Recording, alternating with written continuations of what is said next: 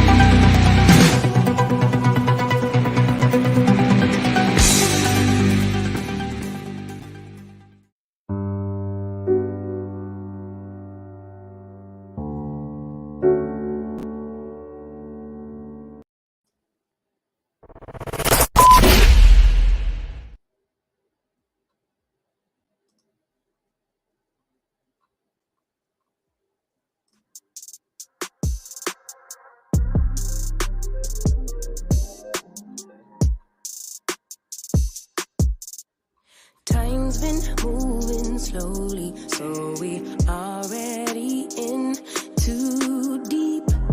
Can't get no sleep on each other, heavy teasing all day. And when the sun sets, you asking me to come through, kick it with you. Night turn to morning dew, then you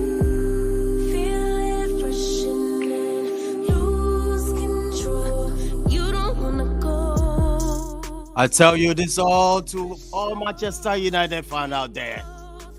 We are broken. Your place is my place. I'm telling you, we are broken. My place is your place. Let's face the club it. Baby, you know all the places. It's in a serious mess. Oh my goodness. Where's my face? That's what you're asking me right now. Show your face, the dawn. Oh my goodness. It is what it is, people. Yes, back again, people. Oh my goodness. I'm fuming. Man. But we got to talk sports on this channel. I tell you. This is Monday. Welcoming everybody onto this show. It is what it is. I tell you, I'm not in a good state of mind right now because my club, Manchester United, in the mud at the moment. That's what we are going to discuss about. So many things going on. Baby, don't stop. I can't stop. We got to stop all this mess. United. Oh my goodness. The music. The King sees. I'm using it to welcome you all on this show. But first, let me welcome everybody once again, anywhere you're watching from. Good morning. Good afternoon, good evening, good night. This is Intercontinental Sports TV. ISTV, one ISTV. Smash the like on the video. Let's get straight into this. I'm telling you, I'm fuming. I am devastated. I don't know what to talk about right now. we are in a serious mess. But using this music once again to welcome these great gentlemen. They are ready. I'm talking about ISTV crew. They are ready. Okay, what's going on? How you doing? How you feeling? You're welcome onto this show. Okay, can you hear me? The Don. Thank you so much. It's a pleasure to be on ISTV. I love the way you're looking. I love your outfit. Oh my goodness. 10 over 10. You know, Thank you, always repping. Yeah, we're ready. I'm telling you. Let's go, people. Welcome me, Shayomi Diora. Take it easy on me, people. Take it easy on me. Be calm. Let's calm down. Calm down. Shaya, you're welcome to the show. Yeah, good evening, Don. Hello, everybody. It's great to be back. Sorry about yesterday, Don. I'm fuming. You could have been 5 or 6 actually, and that's I think the embarrassing part. But yeah, we're looking forward to dissecting all the weekend's action on station. But take it easy on me, Shaya. Please take it easy. Calm down. Yeah, of course. All right. All right, you be a priest. Libya Prince, you're live. What's going on, bro? You're welcome to the show. Nice to be here. Yeah. Why would you after all, just there collect? We are different. We are the best. We are the best in England now. So me and Chelsea will not be mates now. You're welcome once again, Libya Prince. One love. Now, Kule, I know you where you are. I know where you're living. I know precisely where you're gonna be. I'm talking about Kule. You're welcome to the show. I socially talk to me, Kule. You're live. Yeah. Good evening, John. And yeah, Oshodi is very humid this evening. Yeah, it's been very hot for much of the day. Very. Yeah, but a disappointing weekend for Manchester United. Yeah, we'll come to that. But for me, we move. I tell you, it's gonna be loud tonight. Margaret is in the building. I'm telling you, she's also filming. Margaret, what's going on? Calm down. Margaret, you're welcome to the show. Yes. It's not funny. Funny at all. But how we go do now? It is what it is. You know, you always say that. So it is nothing we can do. Nothing at all we can do. Good evening, Don. Good evening, guys in the studio. Good evening, wherever you're watching us from. Well, it's so good to be here, honestly. All right, let's get straight into this. I have so many people on the backstage. I'm telling you, Prof is here. Prof, you're live. Talk to me, Prof. You're live. Good evening, the Dawn. Good evening, everybody. We are in this together, Prof. We are in this together. We are in it together. So, you're welcome once again, Prof. Yes. Hey, what's going on? Ketia Hat-trick. We are going to talk about it. Hey, you're welcome to the show. What's going on, bro? Yeah, it's good to be on the show, man. And big up to the brothers in the mud, Manchester United and Chelsea. Take it easy. All right. Moving on to the last man standing. It's right here. It's ready. Robbie, talk to me. What's going on, bro? How you feeling? How you doing? I am fine. You lot are just shameless. And like they say, you cannot shame the shameless. Look at Margaret. Margaret say, we move. Where are you moving to? We'll dissect this one of today. After today, you can now move. All right. Thank you very much. All right, so welcome to the show. Anywhere you're watching from, this is one ISTV. You can't find this kind of lyrics, these vibes. I'm talking about vibes on sport like this. We call it Monday Sport Review Show. You know what I mean? Please subscribe, share this video, tell them we want to talk about sport. Every kind of sport is right here at the moment. Please smash the like on the video. And you're watching from, you're welcome to the show. Yes, that's what they call me. They call me the Don. Let's move. Yes, what do we have? Let's go for it. Now, this is the paper talk. I'm telling you, this guy's been banned for 3 years over the World Cup kiss. Some people like kissing. I'm not disrespecting him.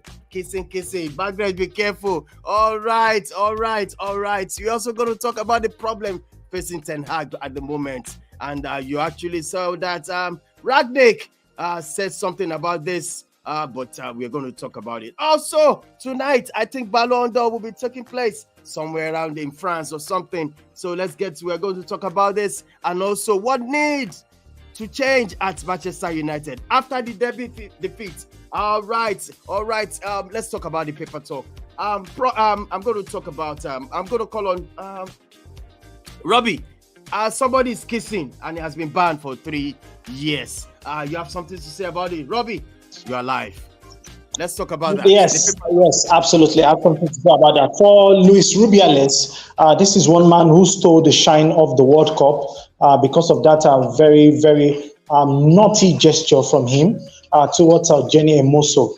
And of course, we all left the glamour of the World Cup and we started chasing after a man who could more or less not pocket his indiscretion.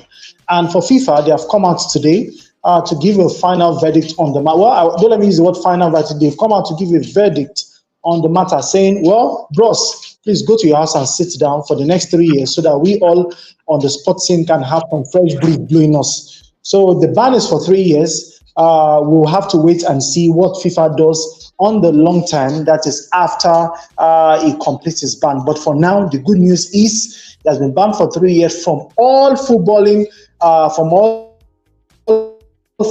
activities. So anything concerning football will not be brought to his table. So that is the good news right now on making rounds on the internet. All right. I'm going to call on Prof. Ballon d'Or tonight. There's something I actually want to post here, right here. Who do you think is going to win? Because you've been sending me some messages. It's going to go to this great man, the king himself. I'm talking about Lionel Messi. Do you have to change your opinion? Who wins this? No, I think it's already determined. Yes, I think it's already determined. Messi is going to walk home with the award. And a lot of people might call it a popularity contest. They might call it whatever they want. I personally think he deserves it because I think there will never ever be a player like him anymore on the surface of this earth. I think it's only befitting that he bows out with this great award. I haven't seen what he did last season. It's not just an emotional award for me. I think he did it on the pitch as well with Argentina.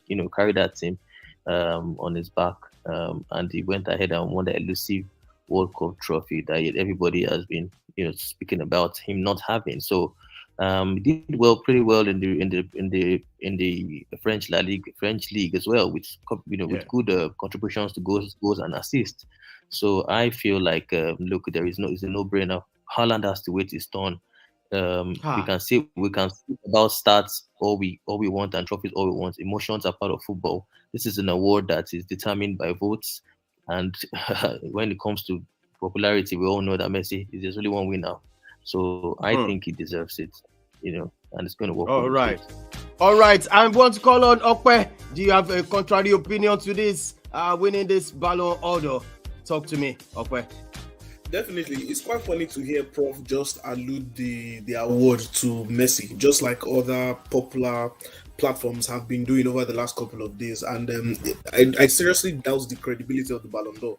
And I think most people started to doubt the credibility of the Ballon d'Or since 2002, when Thierry Henry seemed to have been robbed of it, when he delivered double figures in assists and goals in the Premier League, and then a Paulo Nedved, who had less numbers compared to him at Juventus, won it.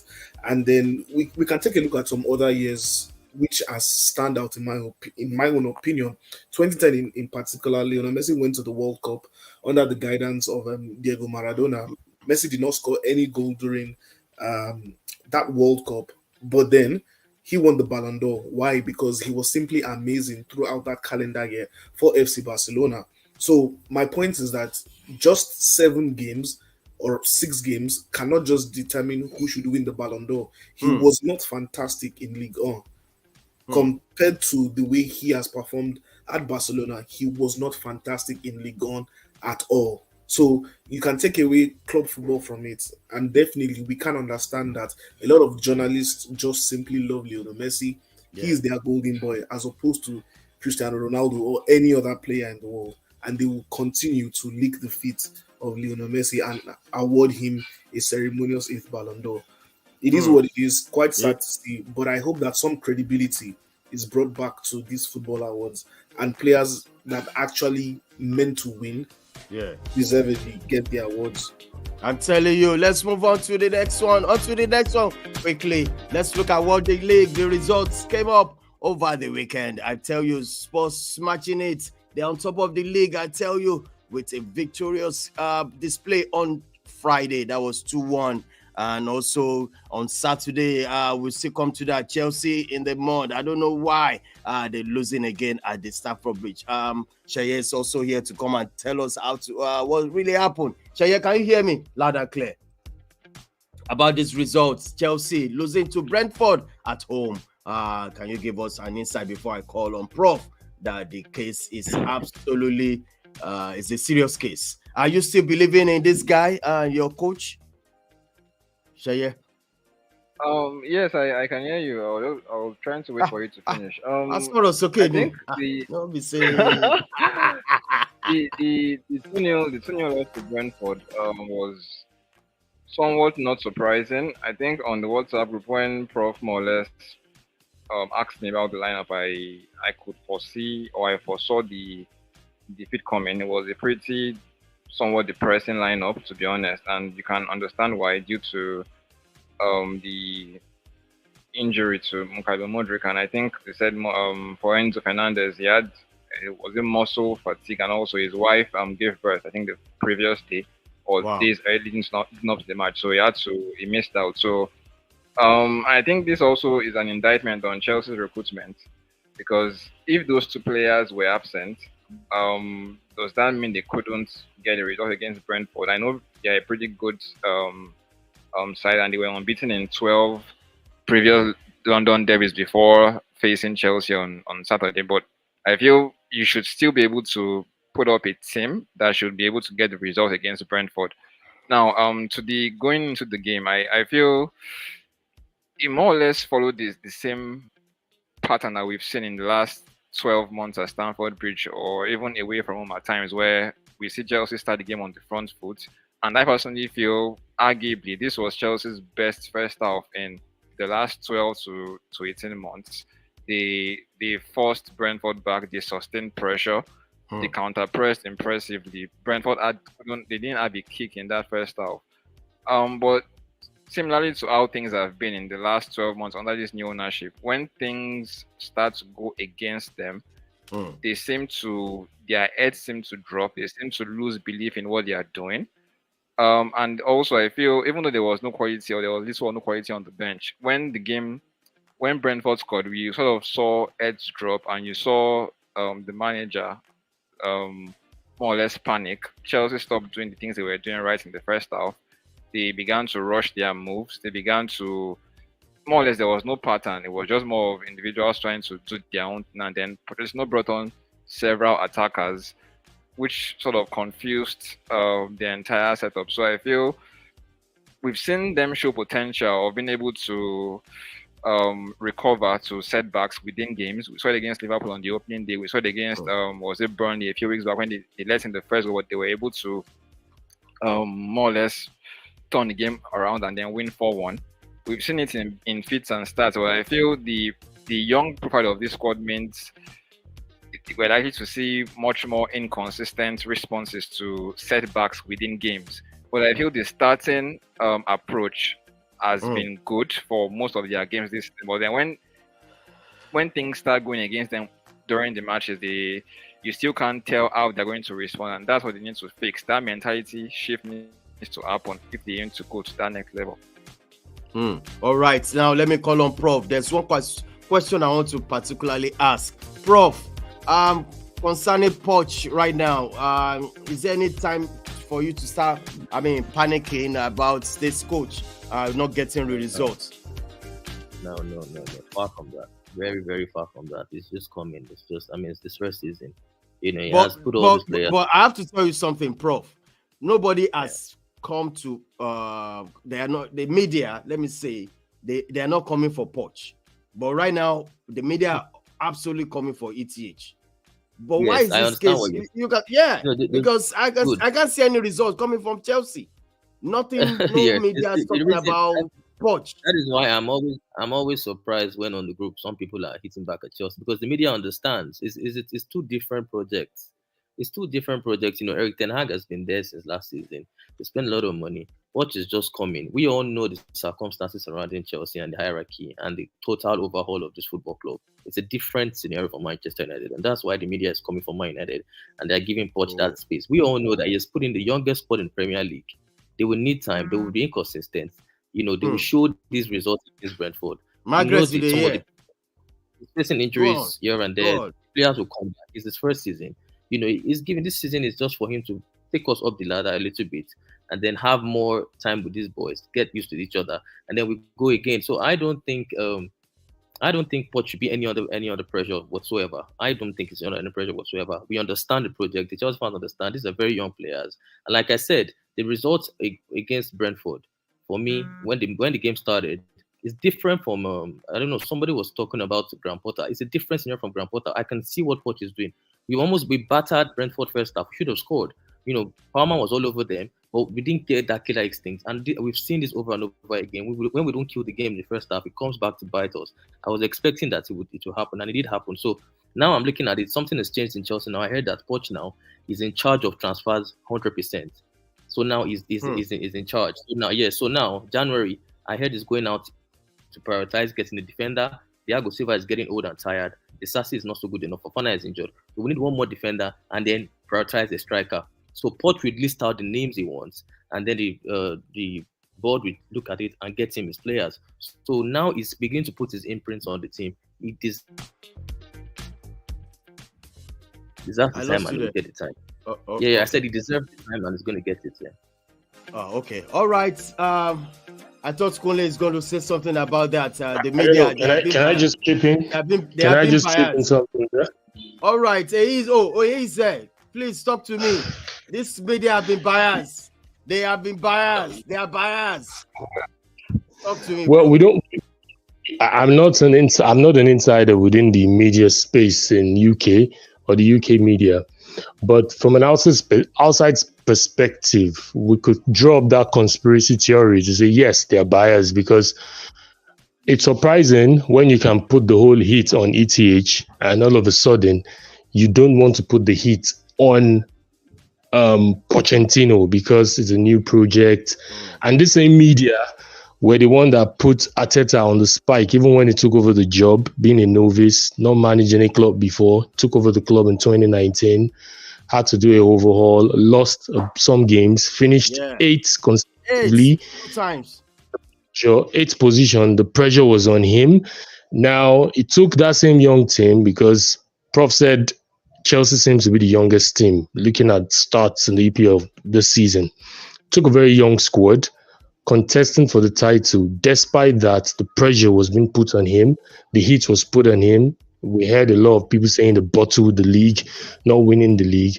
Now, for the issue of Chelsea, I allude to your fact to say possibly why are they not putting the heat on Poch, because really he needs to get the heat. And we need to address the elephant in the room, like I've said on several platforms of being. And I'm going to just oppose this. If it was a Manchester United or a Liverpool or an Arsenal that spent this amount of money, over 1 billion across 2 seasons, and languishing in 12th position, losing to Brentford at home, it is going to be an uproar. It's going to be disgraceful. Arsenal, Liverpool, Manchester United, all these clubs that have exemplified, their head would be put on the spike. So should we now say we want to give Chelsea that room to say because they are rebuilding, despite spending X amount of money, we don't need to put pressure on them? I think we need to put pressure on them, because looking at the next coming fixtures, putting that into context, really, it shows that Chelsea can only defeat the likes of Burnley, the likes of the games they won back to back. Those are the games they can win. Are we saying those are the only games they can comfortably win? And you're going against the likes of Tottenham, Manchester City, Liverpool, Arsenal to come again. So it's going to be a really, really torrid time for Chelsea. But like I say, in football, anything can happen. Who knows? Pochettino can turn the tide around. And now he's going into January to buy again, despite the amount of money spent. Well, that's their business for them to handle. But for we not to put the hit on Chelsea, I think we need to put the hit in Chelsea, and I side you on that, Don. Absolutely. You can hear that. Please smash the like on the video. Moving on to the because of I just want just hold on. Sorry, Kule, okay. 1 second. Let me quickly run. Arsenal won 5-0. Nketiah scoring hat-trick on that game. That game was fantastic. Nketiah hat-trick. I want to ask Okwe, how come? Because you guys don't like, I think the Arsenal fans don't like Nketiah at some point. This guy coming up to score hat-trick. Okwe, you have something to say about the game? Yeah, I mean, it was a good game for us now. Yeah, on Friday, I did say that. Yeah, on Friday, I did say that it should be a 5-0 win due to the state of Sheffield United. And that was the result. And yeah, it was a good game for players like Eddie Nketiah to show that he's got what it takes to start for Arsenal. It was a good hat-trick for him. Very good set of goals. But still, in my own opinion, he's still not the person to lead Arsenal going forward. But those goals will do him a lot of good, add to his confidence. And also, some other standout performers in Jakub Kiwior. Tomiyasu seems to be in the form of his life, currently. And then he played very well as well. Kai Havertz as well, despite not scoring a goal or putting in an assist, but very, very good performance. And the first start for Emile Smith Rowe as well. So many positives from that because there are more games coming up. As you can see, Arsenal is very much active in the Champions League. And the League Cup games are coming up as well. So I'm glad that certain players were able to play, to start and to get games, as certain players were rested. Thankfully, Martin Odegaard was rested because in recent games, he hasn't been at his best. Thankfully, he was rested. Same thing with Gabriel Magalhaes. So hopefully, Arsenal can keep this vein of form going and continue to win more games. All right, guys. Before I call on Kunle pertaining to the issue, quickly, Kunle, you want to say something? Quick one. Yeah, what I just wanted to say about is all this one that Prof is saying. It's fine. It's still early in the season, but like he's alluded, Chelsea have a tough run of fixtures. I think that is going to be the defining moment because imagine if Chelsea are not able to pick up a win or a decent result in those tough runs. I mean, this run is going all the way till December too. Reason I say that because this was something that defined Ole Gunnar Solskjaer's career when he started. Because I remembered United had this very tough run of fixtures, So the truth is, they can spare me in the stick. But the truth is, if these defeats keep coming, if they keep coming and Chelsea is not, then the noise is going to get loud. Absolutely. I tell you, absolutely. Let's move on to this game. Manchester United losing to Man City. It was, I think, Margaret, you're live. I can't talk much because I have sore throat on this game. Maybe you help me. All right, talk to me about this game. A football lesson. You know what? I'm going to say something. Well, a confession. I'm not going to say it was actually a confession. Yes, I was actually on my way to watch the match when I got an unusual call, from an Arsenal fan. I was like, no, this call, something is wrong. In fact, I don't even need to pick the call to know that United were losing. Actually, what made me return back? I didn't actually return back because I didn't want to go and watch the match, or because of maybe aside the banting. Fine, I know what I'm going to get from getting to that place. I know from the moment I step my foot there, I know I wouldn't be able to watch them. But why I really went back was because I know they won't fight back. That was one of the reasons. I knew these guys, they won't fight back. And then I went home, getting to watch the highlight again, going back to watch the match. I discovered that United were just in fact, it's as if the second goal took away the life away from them. The second goal was like the final barrier. The second goal was like, you have killed United. That was what happened. They could not fight. There was no contest. For crying out loud, that match, yesterday's game was supposed to be a derby. Yeah. A Manchester derby, a fierce derby, a competitive derby. But what yesterday was a one-sided game. You can imagine shot on target. United have 7 shots, then only 3 were on target. My goodness. While City had 21 shots and 10 were on target. That's to tell you how City were ready. City came to win. United just came, let's see if we can protect. And then Eric Ten Hag came in with tactics, because we don't understand what kind of tactics you come, because actually that was not a tactics. That was not a tactics at all.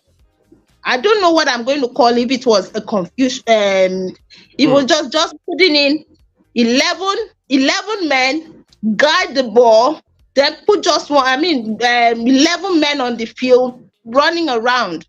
So it wasn't something that one would want to sit down again and watch and say, oh, they did very well. So it was actually wrong.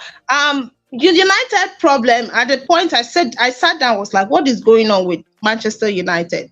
Fine, I know in terms of quality, in terms of class, City are way above United. Fine, I know that. We all know that. But I feel that as a club like United, that fighting spirit is no more there. The fighting spirit that went coming down from a goal, especially against big teams like City. I noticed that on a few games, United tends to sit back and then not fight again when they are facing big teams. But when they are probably, even the smaller teams, they are not even fighting back anymore. United were lucky to win against Sheffield. United were lucky to win against Copenhagen. So it was more like the hurt, that hunger is no more there. We don't know what is going on. If it has to do with the takeover, so many issues till now, because even the Glazers are contributing to it. Fine, that one we know. The system also is not even helping United. They don't have a stable system, and all of that are contributing to United problem right now. And for the manager, I think he needs to go back to the drawing board and sit down and ask himself, where has it gone wrong? Or where has it gone wrong with the club? All right, Kunle, at this moment, let me ask Kunle one thing as a Manchester United fan. Yes, quickly, boss. Let's look at the paper talk. There's one question I want to put out there, and that is, problem facing Ten Hag, and was Rangnick right about Manchester United? That's one question I want to ask you, Kunle, about this situation, the problem facing. And I'm going to ask someone else, what needs to change at Manchester United after Derby defeat? But Kunle, please give me just 2 minutes. Let's talk about it. It's alarming. Okay. Alarming. I would say that yes, Ralph Rangnick was right 100%. But you see, the thing is, some people will not want to listen to Ralph Rangnick because why? Because of how things ended under with United under Rangnick. United finished with their lowest ever points in the Premier League. I think they didn't even get up to 60 points. So people sometimes will feel like, oh, Manchester United was not Rangnick's level. Even though you would say yes, he was the one who played an instrumental role in setting up teams, the Red Bull teams that have become very fancied today, and looking at the kind of players that have come out from those clubs as well. Some of them who are playing in big clubs like Liverpool, Chelsea, they are all over the place in Europe. They don't give Rangnick the credit for that. But this is a man, at least he knows something from the developmental level. And he knew that something was clearly wrong. I mean, this was a man that they wanted to even make as a consultant, right? But of course, because Ten Hag was coming, that consultancy role thing was not going to work at all. But he clearly highlighted certain things. This man said that the club needs about 10 to 11 players. But when he said 10 to 11 players, he didn't just mean any kind of players. When you say 10 to 11, that's practically an entire starting 11, right? But when he's saying you need 10 to 11 players, he's obviously trying to say that you need players who have the right mentality. You understand? Now, it's not that players are not coming into this club. Don't get it wrong. There are good players coming into this role. You can't tell me Casemiro is not a good player. You can't tell me Mason Mount is not a good player. You can't tell me Rafael Varane is not a good player among all these other players that have come in. But the problem is, look at where those players were coming from and compared. It becomes difficult for them. They came from clubs where the mentality was sky high, where there was no room for mediocrity. And then all of a sudden, you are now in a club where week in, week out, even the manager, and don't forget, the manager tries to want to make an impact by trying to nip some of those mediocrity for those who behave anyhow. And then he gets criticized for doing that. That is not how you attend to this. And then the press, and then it gets all over the media. Everybody is talking about it. Even those who do not have any connection with Manchester United, they keep talking about it. How then do you want the manager to focus? You look at clubs like Tottenham Hotspur, even Manchester City, Liverpool, there is hardly any attention on them. Even when they are at their worst. Look at when Liverpool was at their worst during the 2021 season. There wasn't really much attention around Jurgen Klopp. Yes, Liverpool were bad, but trust me, the attention Liverpool were getting is not the kind of attention United were getting. So I feel all those things also contribute, because it becomes very difficult for the manager. You see the kind of silly questions the press are asking. By the time the manager finishes, he knows he has to go and face ridiculous questions. How do you want him to deal with that? You know, these are just some of the issues. It's a very, very big problem, right? Ten Hag was getting into a lot of trouble when he came. That's why when I said, even though he made the top 4 last season, I still felt that that doesn't now mean that United are back. Because United made top 4 back-to-back under Ole Gunnar Solskjaer, but you couldn't say the club was there. The club made top 4 under Jose Mourinho, but you couldn't say the club was there. So there is definitely something that is essentially wrong that I feel is beyond manager. Because if you can have a Jose Mourinho, a Louis van Gaal, and the club cannot be, and then you now have someone like Ten Hag who did well in the Netherlands, then I'm sorry, Omi, I don't know who is going to. I don't know who is. All right, there's one thing I still want to ask. Hold on. There's this particular questions I want to ask you. He's about, everybody's shifting attention to Erik ten Hag. Of course, yes, it's only the coach that's going to get all the backlash and everything. But what about the players? Are the players doing enough?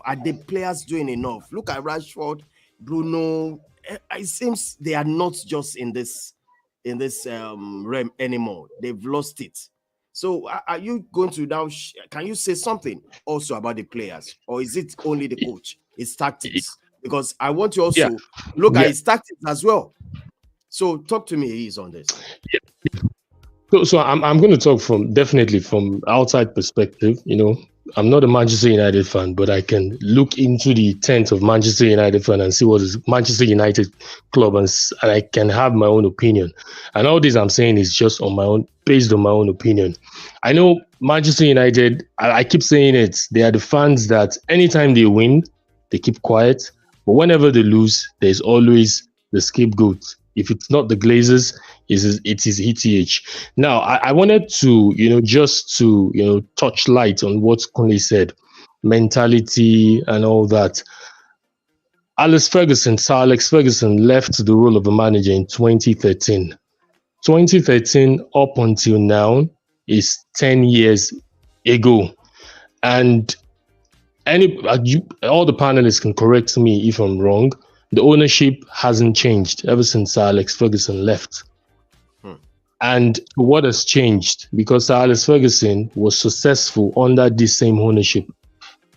And when he left, the likes of David Moyes, Louis van Gaal, Jose Mourinho, and if you look at it, the clusters of these managers that came in, it wasn't as if they were not successful. They were successful. United didn't go on a trophy drought. We could say the only trophy drought they've had is the EPL, which is 10 years ago. A lot of clubs too. Liverpool had to wait 30 years. Man City winning the EPL now had to wait over 50 years. Even Chelsea winning the EPL in 2005 had to wait over 50 years to win the EPL. That in itself, I know football nowadays, people are not patient. They want to win. So for banter's sake, rivals can use that as a point to say, when was the last time Manchester United won the EPL? It was 2013. Quite all right. Perfect. But looking at it, the ownership has not changed. That was successful under where Sir Alex Ferguson was successful under. And the only thing that has changed has been different managers, different players. Van Gaal gave Rashford his first, and I'm going to use this to address your question. Van Gaal gave Rashford his first debut in the EPL. He did well. He scored a lot of goals, made a name for him, got a new contract, got the number 10 jersey. And after all, a lot has happened. ETH came in to steady the ground. He qualified for the Champions League, which is no means feat, and also won the Carabao Cup. And down the line, fast forward, like I said, this is my own opinion, and looking at it strategically and looking at it from the football perspective and also the management perspective. Management perspective, he has been shabby one way or the other, didn't know how to address issues, wanted to stamp his foot on the ground, but I think he stepped on a lot of toes, and that is beginning to bite him in the butt. But philosophy-wise, football-wise, he came into a team that didn't understand his philosophy. Kunle said he was successful while he was at Ajax. Quite all right. But he had a certain philosophy that gave him success in the Eredivisie. Now, he came into Manchester United. First 4 games were horrendous. Heavy defeats, but he steadied the ship. Pragmatic style. If you saw the way Manchester United played, they played, soaked the pressure, and they hit you on the counter. The same thing was what gave them the W against Arsenal last season. The same thing was what gave them the W over Man City. The same style was what gave them the W over Liverpool. And on and on and on. Beginning of the season, ETH decided, okay, first season gone, that's bit part done. Now I want to stamp my philosophy. I want the team to play in my own style, which is, the tiki-taka, play out from the back and all that. But the question now is done to address it. The players there, are they okay? Are they capable to play that style? For me, it is a no. If you're talking about mentality, all the Manchester United players right now have that mentality. And I'll cite 2 examples. McTominay, when he goes to Scotland, he turns into a beast. What's his name? The number 8, the captain. When he goes to the Portuguese team, he turns into someone different. So I feel the issue here with Erik ten Hag, philosophy, trying to play his philosophy, or the players, the materials, the resources he has, and I just have to say the truth, cannot make him replicate what he did in Eredivisie. He did a howler yesterday saying tactics. Why would you put a defender in Varane on the bench and you're playing Evans and playing Maguire and you're saying tactics? So for me, I think it was a poison chalice for ETH getting that job. And for him to turn the tide around, Manchester United fans, 1, needs to be patient. 2, the board needs to get someone that understands football in the position of a football director, someone that can play the part of, being the middleman between the management and also what happens on the pitch. So it's a whole lot of work for ETH, and I hope he gets the time, but it's a pity football nowadays don't give you that time anymore.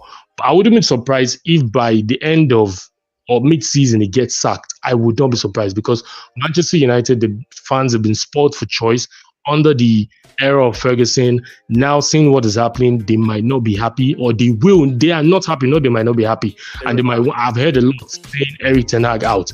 But like I said, it's a lot of work to be done, and that's my opinion. All right, Robbie, coming to this, Robbie. Talk to me about this saga. I saw your tweets. What do you think can happen right now at the Manchester United? Looking at this questions I put up right now. I said, what needs to change at Manchester United after Derby defeat? Robbie, talk to me. Are you still there? I think I lost Robbie. I think I lost Robbie. All right, Prof. Talk to me on this, Prof. Yeah. So for me, right, ETH had a good season last season. The style of play wasn't great, and it had some damning results. We cannot take our minds back to the result against Liverpool and some other result. I think when it gets beat seriously, and that's the problem with me. There's a way to lose games, but United, there's still no pattern of play to what United are doing. We don't know what the style is. We don't know what they are trying to do. You're putting in wingers. We went to buy Rasmus Højlund, who is a striker, but then you have wingers who like to cut inside and shoot, likes of Anthony and Rashford. And there's a striker there. What is the tactics like? What is he trying to do? I personally think, the Man United fans are quick to say, "Oh, the Glazers," but this guy has been given money. He has spent a lot of money. But Anthony, Rasmus Højlund, Casemiro, Mount, Martinez, Onana, lots of players he has been given to buy, and yet we still do not know what he's trying to do. So I think the issue with Sancho too is I don't personally think he has handled that very well, because now we don't know what next Sancho is in the team. How, Prof? Yeah, with Sancho. Why? Yeah, for putting him out, he didn't deal with it in the dressing room. That's not the way Pep, likes of Pep and Klopp would deal with it. His man management skills is being questioned there against the way you laid him out to dry. That doesn't perform well. Now Kole is going to disagree with you. You don't know if he's coming back into the team or if he's coming back to play or not now. You've lost a player there who could probably do a job. So and that's a huge over. So I personally think that the blame right now on the managers, because these are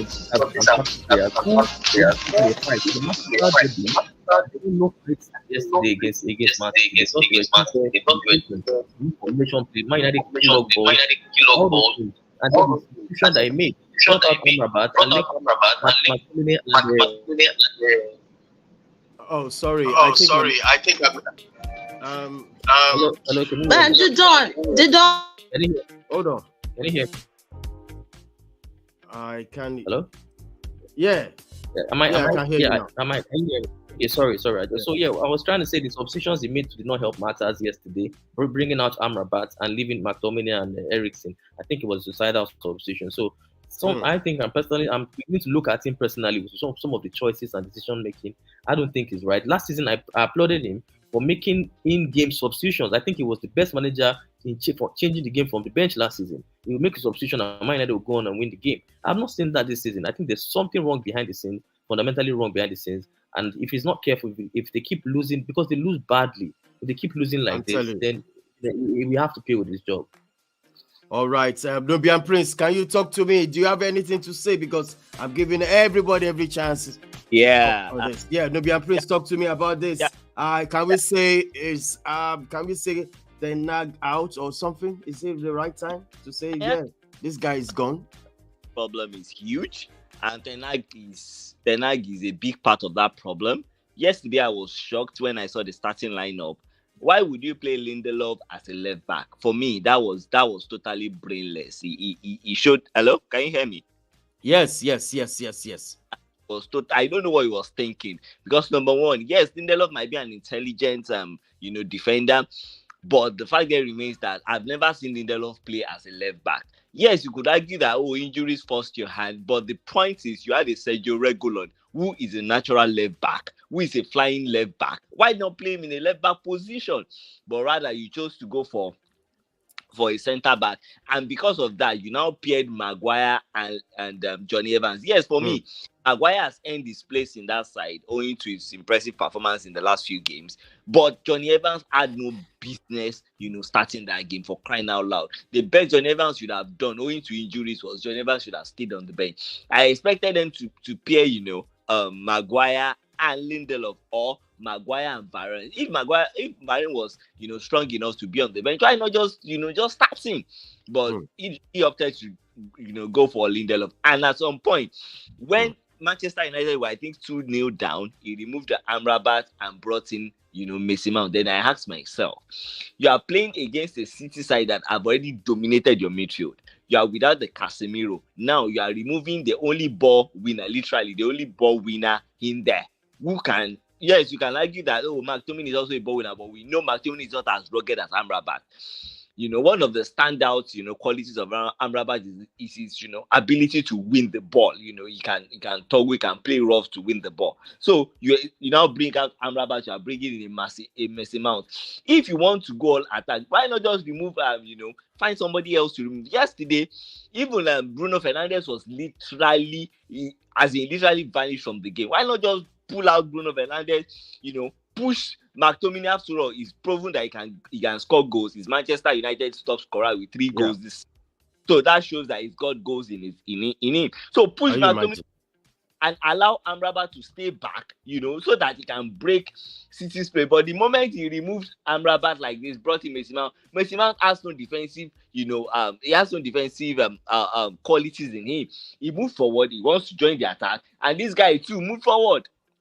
McTominay leaving Rodri and Bernardo Silva, to start leaving La Vida Loca in Manchester United's half. So for me, it wasn't surprising. And it's been said again and again, Rashford does not complement Haaland. Haaland is walking the gap. He has that instinct. He has that instinct of a striker. He has that goal-putting instinct. For me, if I need to Roy, that has a bit of play, a bit of pace. But Rashford is this kind of player that he wants to score goals. Right, so he's more of an inside forward rather than a winger. He cuts in and he wants to shoot. So oftentimes Rashford does not even provide service for Haaland. Haaland will have to depend on Bruno Fernandes for chances. And the moment Bruno Fernandes vanished from yesterday's game, it was not surprising. That was just like a vulture. All right. And also, I don't know what Ten Hag was thinking, why he sold Elanga. And I can see what Elanga is doing with Nottingham Forest. I'm asking myself, is Elanga not better than Anthony? Is he not better than Anthony? Kole will answer that. Let me see. It's all just funny that all this is coming, because I'm sorry to say this, but I think even Man United fans they are also the problem of the club, because you see, when fans, social media pundits bring up all these opinions and everything, it sometimes probably gets into the manager's head. I think so. And maybe sometimes he is forced to play to the gallery. I'm sorry. Now, in the case of Elanga that you're saying, this Elanga, if Margaret is here, but Elanga was one of the least rated players. So if you would come and say, it was just like Jesse Lingard, nobody wanted him. Look at Daniel James. Even Daniel James that is in Leeds United, he scored a brace for Leeds United over the weekend. Okay, even if it is in the Championship, right? But it's these same United fans who would be like, oh, Elanga is not quality, we need to. When they got Anthony, they were all excited. Oh, Anthony's even you. Yeah, I was. Well, no. Not that I was too overexcited, because number one, the guy is young. Number two, the guy does not understand English. He's still new in Europe. He's been in Brazil. So it will take some time. Yes. Then you see, even with Højlund, it's just funny now that people are saying Højlund is not getting service. I said this thing when people would always say Man United need a center forward. I think I have said that thing here on this show, that if you buy a center forward, who is going to give him the ball? Is it Marcus Rashford? Is it Marcus Rashford, like you said, that will always want to invert and shoot, that would get? We are just getting started. Don't worry. Well, all right. Now, but because of, I'll still come back to Manchester because of our time. I want to quickly switch to this guy. Nubian Prince, are you ready for this guy? I just want you to, give me the lyrics for this guy. It's just phenomenal. At this moment, I don't just know. So, what do you think about him? Yeah, Jude Bellingham, fantastic signing. For me, what has surprised me the most about him is the way he has adapted to life, at the Bernabeu, like fish to water. Because number one, he was coming from Dortmund, and you expected that the price tag should have weighed him down. Number one, he's young, the price tag, and this guy literally, been carrying Real Madrid on his back since he joined. If not for his goals, I doubt where Real Madrid is going to be on the league log. And his first El Clasico, he scored 2 goals, brought Real Madrid from the dead, and actually, gave them the last gasp winner. So for me, I think this guy has lived up to the hype. this is when you're talking about £100 million signing, when you look at him, when you look at Declan Rice, these are guys that so far so good have justified their price tag on like a certain Caicedo. So for me, I think Jude Bellingham is England, they are blessed at the moment. They have some very fantastic young talents coming up. Declan Rice, Bukayo Saka, Foden, those guys are doing very, very well. Yes, Harry Kane is aging. It looks like they don't have a close player that can replace Harry Kane, But I think that if they can groom Nketiah, that's someone that can possibly step into Harry Kane's shoes. But again, for me, Jude Bellingham, fantastic signing. I think he will go places. Yes, potential. He might just be the very first Englishman to win the Ballon d'Or. For me, with the way he's going, he's at Real Madrid. He will most likely win titles. He will win La Liga. He will win, perhaps he will win Champions League. And if he continues with this, his remarkable goal scoring from midfield, he might just be a contender. We might just be seeing Bellingham, rubbing shoulders with the like of Erling Haaland, Mbappe, right. After. All right. If the fans don't like him, he won't win Ballon d'Or. All right. Okay. Talk to me about this Jude Bellingham. You say you want to. Well. First of all, he wouldn't be the first Englishman to win the Ballon d'Or. Michael Owen was actually the last Englishman to win the Ballon d'Or. But Jude Bellingham, 13 games, 13 goals, 3 Thanks assists. for the correction, bro. Yeah. So Jude Bellingham, 13 games, 13 goals, 3 assists. What else do you want from him? 20 years old, you would have suspected that maybe he would struggle. It's a new environment, new country, new language. But for his age, he has shown such a high level of maturity, and I think he is one of the most complete midfielders in the world. If you're talking about someone who can play going forward, link up play, deep passes, and then those final third goals, those late runs into the box, because that's what he does a lot, and that's what makes it difficult for defenders to track him, because he does play as a number 10. So he drops deep a lot and makes those late runs. Reminds me a lot of Frank Lampard, because Lampard did that a lot during his time. And I think definitely, just like Nubian Prince said, he seems to be fish in water at Real Madrid at the Bernabeu. Ancelotti said it as well. He's quite surprised with his goal contribution. Definitely did not expect that. And he seems to be getting along well with his other teammates as well. So he's a fantastic player, definitely. I believe he's going to win the Copa Trophy this evening. And in December, most likely, he will win the Golden Ball award. So Jude Bellingham is one for the future. He's one for now and the future. And I'm excited to see what the future has in store for him. All right, Margaret, I said you want to drop 4 lines for this one. Yeah. Oh, well, I think I just put down some things. It's more like a poem. It's more like a poetic poem. It's not. I just want to just put everything into writing about Bellingham. It's just fantastic. Great. I don't know how I'm going to put this guy in his first season. I must say, is it 10 out of 10? He has scored goals. He didn't just score goals in just score goals just for fun, but important goals for Real Madrid. He's shown that against Barcelona. He has shown that against so many other teams. When Madrid needed him the most, you see him. He popped up, he came up with the goals, and it was really, really fantastic. So this is just a little thing for Jude. I wish you can listen to me. Jude Bellingham, stars so bright, with skills that dazzle day and night. On the fields, he's a true delight, a football talent shining bright. That's for Jude. Honestly, I love him. I just love what he's doing on the pitch of field. I wish he would have been in Man United. It would have been great. Probably would have seen United doing well. Who they cut onions there? All right, Skule. Yeah, you can hear that. I was just laughing at Margaret. You didn't compose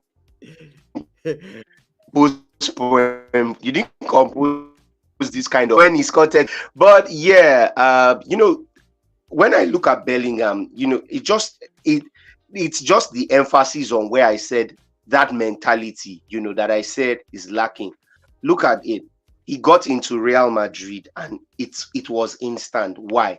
Because the crop of players that he's surrounded by, you can't walk into that club and you will just be an anyhow player. You understand? And from the very moment he scored his first goal on his debut, he has continued to go, he has continued to go forward. He's continued to go forward. He's just doing phenomenally well. And I mean, at this rate, I'm sorry, I think Bellingham is going to score 20 La Liga goals, because if you have scored 10 goals like in La Liga by this stage, I mean, come on, by December, this guy if he don't enter like 20, he might be close to 20 by December or maybe January, who knows, because he's just, it will just keep going. So for me at this point, Jude Bellingham scoring will not even surprise me. I won't even be surprised if he scores a hat-trick very soon, because he's getting in the right position. I'm not even looking at him as a midfielder any longer. This is a striker we're talking about. So I wouldn't be surprised if I won't be surprised by the numbers he puts in. He's really doing very well. All right, Margaret, I want to ask you. I want to give kudos to Bellingham, because the position that he's using Bellingham is almost like a false nine position. He plays a 4-3-1-2 formation with Vinicius and with Rodrigo on top. So leaving that hole, that space for Bellingham to always run into and make that third man runs, last minute runs to get the goal. So the manager, Carlo Ancelotti, a senior manager, obviously, I think it's very integral to what we are seeing this boy is doing. And I won't be surprised if he's been nominated. We're talking about Ballon d'Or today. I'm talking the next 1 year, he might be one of the top 3 players who will be nominated for the Ballon d'Or. All right, guys, thank you so much. This is how far we can go. But before we go, we are trying to do this. Let me try. I have this the best Premier League 11 of the week. The nominees Okpe actually helped us, and also Sheye as well too. I'm trying to pull up my page and share my screen. Let's quickly do that before we wrap up the show. That's going to be very, very fast. So I'm trying to pull up. All right. The goalkeeper, the nominees we have 2 goalkeepers. Ederson. Do we all agree that? I think Ederson. I don't know why, Sha, but Ederson. People. No be Onana no try. Try Onana no try. Onana try, but no. Okay, the goalkeeper based on what? Okay, based on he had a clean sheet, but how many saves did he make? How we put Onana? I thought being a goalkeeper is supposed to be based on saves. Two fantastic saves. To explain the Ederson selection, I think is passing and his distribution were actually quite impressive on Sunday. So he made important saves when Man City were leading 1-0, but he also passed the ball pretty impressively, and he was involved in the move for Haaland's second goal.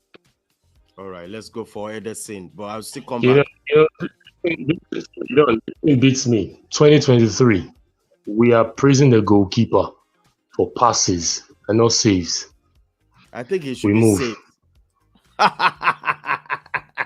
Hey, he's disagreeing. Hey, that's where football is today. That's where football is at now.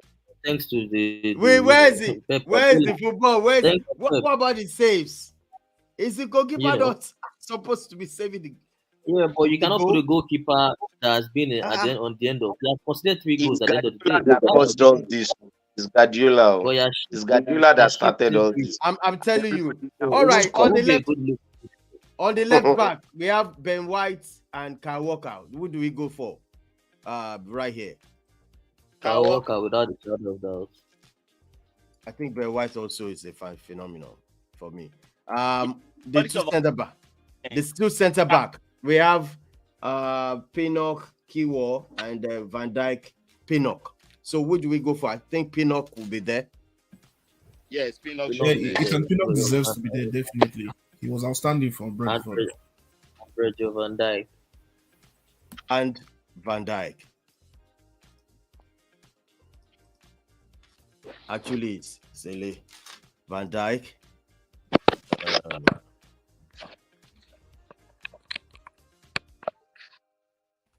All right, on the left back, we have. Oh, wow.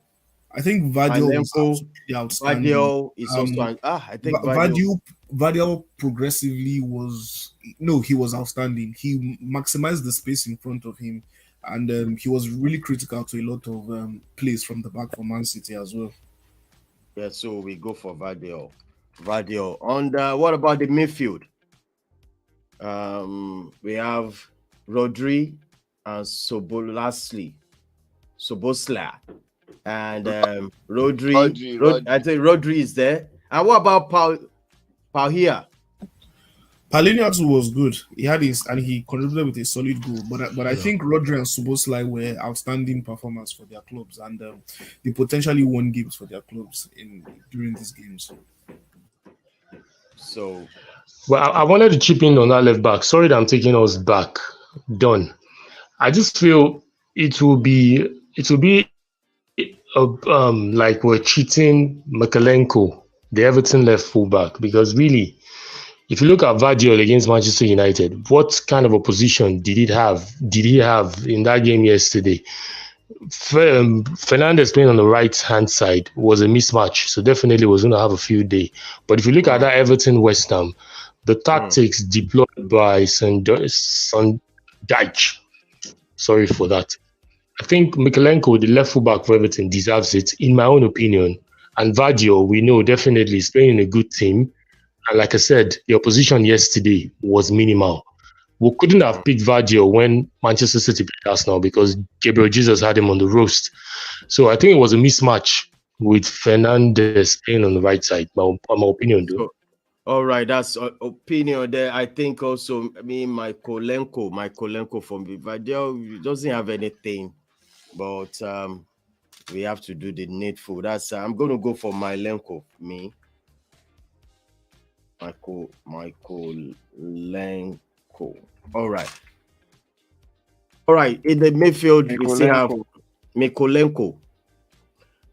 All right.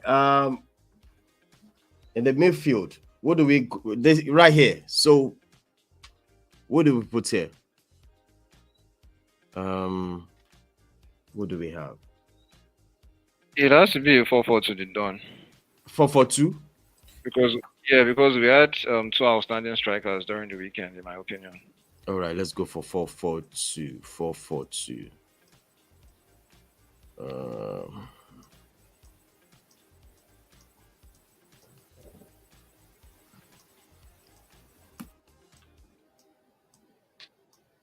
All right. So what's going to be right here? I think you should switch. Rodri and Szoboszlai should be in the middle. And then, we can then pick the right-sided midfielder and the left-sided midfielder. You mean like this? Otidori Miro? Yes, correct. Yeah, correct. This is Rangnick pattern 4-2-2-2-2-2-2. All right.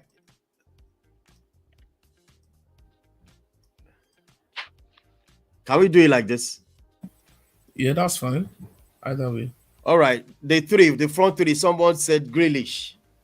Do we agree? He had a good game. Yeah, definitely had a good game. So I think the front three could be Salah, Grealish, Nketiah. Okay, Salah.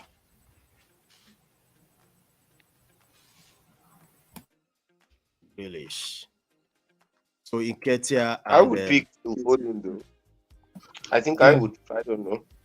So what about Haaland? I know Haaland scored 2 and assisted 1. Nketiah, but Salah. Why? Salah. Nketiah, hat-trick person. Why? Nketiah. Why should we even have Salah? Really? Why? Scoring a late winner, a late 9 minutes winner. 9 minutes goal. In recent weeks, and well, scoring at least one goal every match. With all due respect to Nottingham Forest, there were no opposition over the weekend yesterday against Liverpool. We knew it was going to be toast and roast for Liverpool. And Salah was not that impressive in that game. Salah was not impressive in that game. So for me, in my own opinion, Salah will make my top 11 or first 11. Nketiah and Haaland. Haaland has. So just to defend the Salah All right, go ahead. Yeah, just to defend my Salah inclusion. I think the way combined with Szoboszlai and Darwin Núñez, they all made overloads down Liverpool's right flank, and I think that confused Forest a whole lot several times. So he had a part to play in the last goal, but I feel even apart from that, his combination play with his teammates was pretty impressive. So I think that's why I opted for him. But obviously, I think the other fair shot would have been Foden, but I went for Salah. All right, guys, this is how far we can go. Please subscribe to the channel, smash the like on the video, share this video. I want to say thank you to Sheye. Sheye, thank you for this compilation. One love, bro. Yeah, always a pleasure to done. Thanks for having me. All right, Okwe, thank you so much. It is what it is, bro. Always a pleasure to be on ISTV. Thank you so much. All right, Nubian Prince. Can you hear me? John. All right, thank you so much on this one. I appreciate. All right, Kule, it is what it is. Yes, John. It is what it is. It is what it is. Welcome. Welcome. We move. Yeah. We move. We don't have any. All right. We don't have any to say. All right. We don't. We'll be fine. We'll be fine. All right, Margaret. It is what it is. Thank you so much. Thank you. You're welcome, John. All right. Amiz, thank you so much on this one. Yeah, thank you for having me. All right. Prof. Thank you so much. When I want to ask this last question, when is this supposed to sack a coach? When should the coach be sacked? When the coach has left the dressing room, it should be sacked. And when the performances are becoming very, very bad, there's no pattern, there's no quality on the So field. who do you think? So who do you think is gonna be sacked first? Eric Ten Hag or Poch? With the way things are going, it's looking like Eric Ten Hag. All right, thank you so much on this one. All Enjoy right, your thank you. All right, guys, thank you so much for joining us on this one. This is Monday's Sport Review Show. This is how far we can go tonight. Thank you so much. Please smash the like on the video, subscribe to our channel. It is what it is. Thank you so much, guys. On to the next one.